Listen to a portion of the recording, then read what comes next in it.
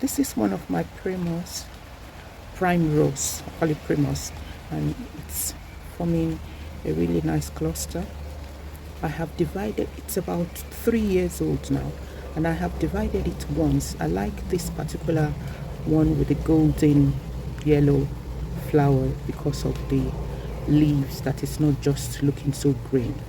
And next to it is another Primrose. This one, of course, you can see is got a lot of clusters of the red flowers, and they're looking so nice in this section. Both of them have been divided once, and so it means I would be dividing them again this year because there's a lot of clusters of them here, and this will give me just more plants to grow. This is another thing I've learned about gardening, that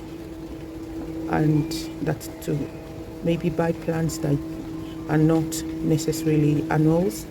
It's plants that will come back from time to time and will grow for you, enough for you to divide them, which is the case for the Primrose here. The other Primrose, the one I showed earlier, I divided into two, and this is the other half of it.